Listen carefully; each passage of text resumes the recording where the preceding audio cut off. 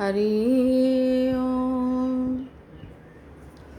मंगलम भगवान विष्णु मंगलम गरुड़ध्वजा मंगलम पुंडरीकाक्षो मंगलायतनो हरि। बोलो विष्णु भगवान की जय।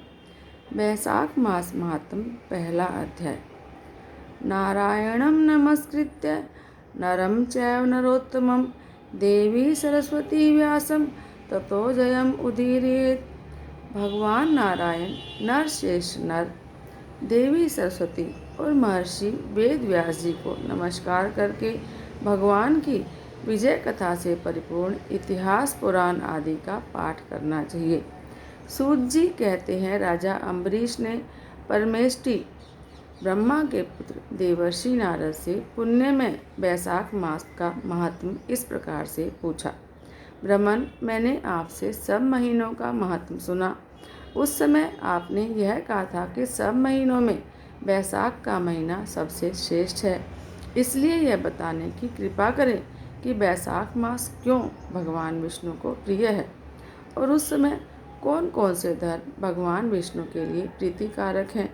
नारद जी ने कहा, वैशाख मास को ब्रह्मा जी ने सब मासों में उत्तम सिद्ध किया है।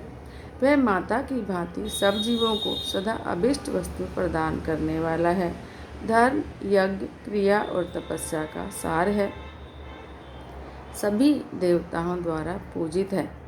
जैसे विद्याओं में वेद विद्या, मंत्रों में प्रणव, वृक्षों में कल्प वृक्ष, धेनुओं में कामधेनु, देवताओं में विष्णु, वर्णों में ब्राह्मण, प्रिय वस्तुओं में प्राण, नदियों में गंगा जी, तेजों में सूर्य, अस्त्र शस्त्रों में चक्र, धातुओं में स्वर्ण, वैष्णवों में शिव और रत्नों में कौस्तुभ मणि है। उसी प्रकार सभी साधनभूत महीनों में वैशाख मास सबसे उत्तम है।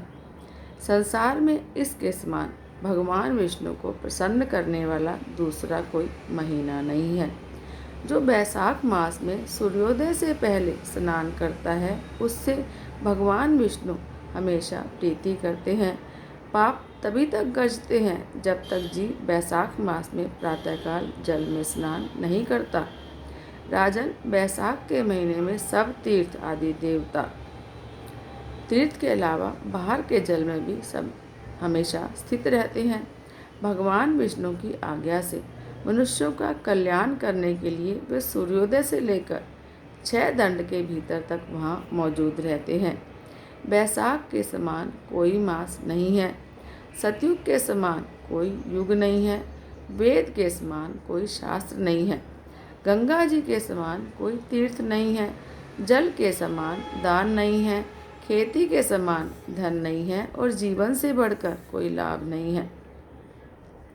उपवास के समान कोई तप नहीं, दान से बढ़कर कोई सुख नहीं, दया के समान धर्म नहीं, धर्म के समान मित्र नहीं, सत्य के समान यश नहीं, आरोग्य के समान उन्नति नहीं। वैशाख मास भगवान विष्णु का सबसे प्रिय मास है। भगवान विष्णु से बढ़कर कोई रक्षक नहीं और वैशाख मास के समान संसार में कोई पवित्र मास नहीं, ऐसा विद्वान पुरुष का मत है। वैशाख मास श्रेष्ठ मास है और शेषशाही भगवान विष्णु को हमेशा प्रिय है। सब दानों से जो पुण्य होता है और सब तीर्थों में जो फल होता है उसी को वैशाख मास में मनुष्य केवल जलदान करके प्राप्त कर लेता है। जो जल दान में असमर्थ है, ऐसे ऐश्वर्य की अभिलाषा रखने वाले पुरुष को उचित है कि वह दूसरे को प्रबोध करे, दूसरे को जल दान का महत्व समझाए। यह सब दानों से बढ़कर हितकारी है। जो मनुष्य वैशाख में सड़क पर यात्रियों के लिए प्याऊ लगाता है वह विष्णु लोक में प्रतिष्ठित होता है।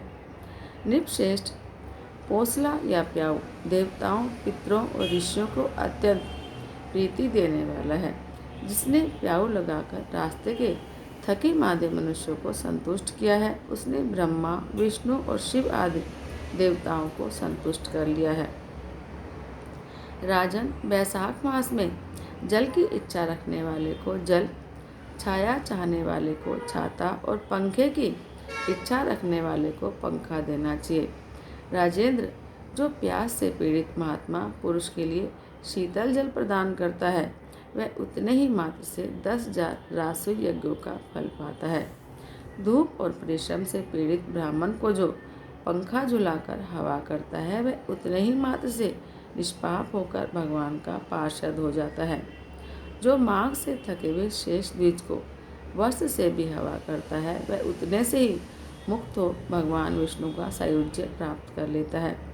जो शुद्ध चित्त से ताड़ का पंखा देता है, वह सब पापों का नाश करके ब्रह्मलोक को जाता है। जो भगवान विष्णु के प्रिय बैसाख मास में पादुका का दान करता है, वह यमभूतों का तिरस्कार करके विष्णु लोक में जाता है। जो मार्ग में अनाथों के ठहरने के लिए विश्रामशाला बनवाता है, उसके पुण्य फल का तो वर्णन किसी भी प्रकार किया नहीं जा सकता। मध्याह्न में आए हुए ब्राह्मण अतिथि को यदि कोई भोजन दे तो उसके फल का अंत नहीं है। राजन, अन्नदान मनुष्यों को तत्काल तृप्त करने वाला है, इसलिए संसार में अन्न के समान कोई दान नहीं है। जो मनुष्य मार्ग में थके हुए ब्राह्मण के लिए आश्रय देता है, उसके पुण्य काल का, उसके पुण्य फल का वर्णन नहीं किया जा सकता। हे राजेंद्र, जो अन्नदाता है वह माता पिता आदि का भी विस्मरण करा देता है, इसलिए तीनों लोकों के निवासी अन्नदान की ही प्रशंसा करते हैं। माता और पिता केवल जन्म के हेतु, पर जो अन्न देकर पालन करता है, मनीषी पुरुष उसी लोक में उसको पिता कहते हैं। जय जय श्री हरि, जय जय श्री राधे, जय जय श्री राधे, जय जय श्री राधे। हरि ओम।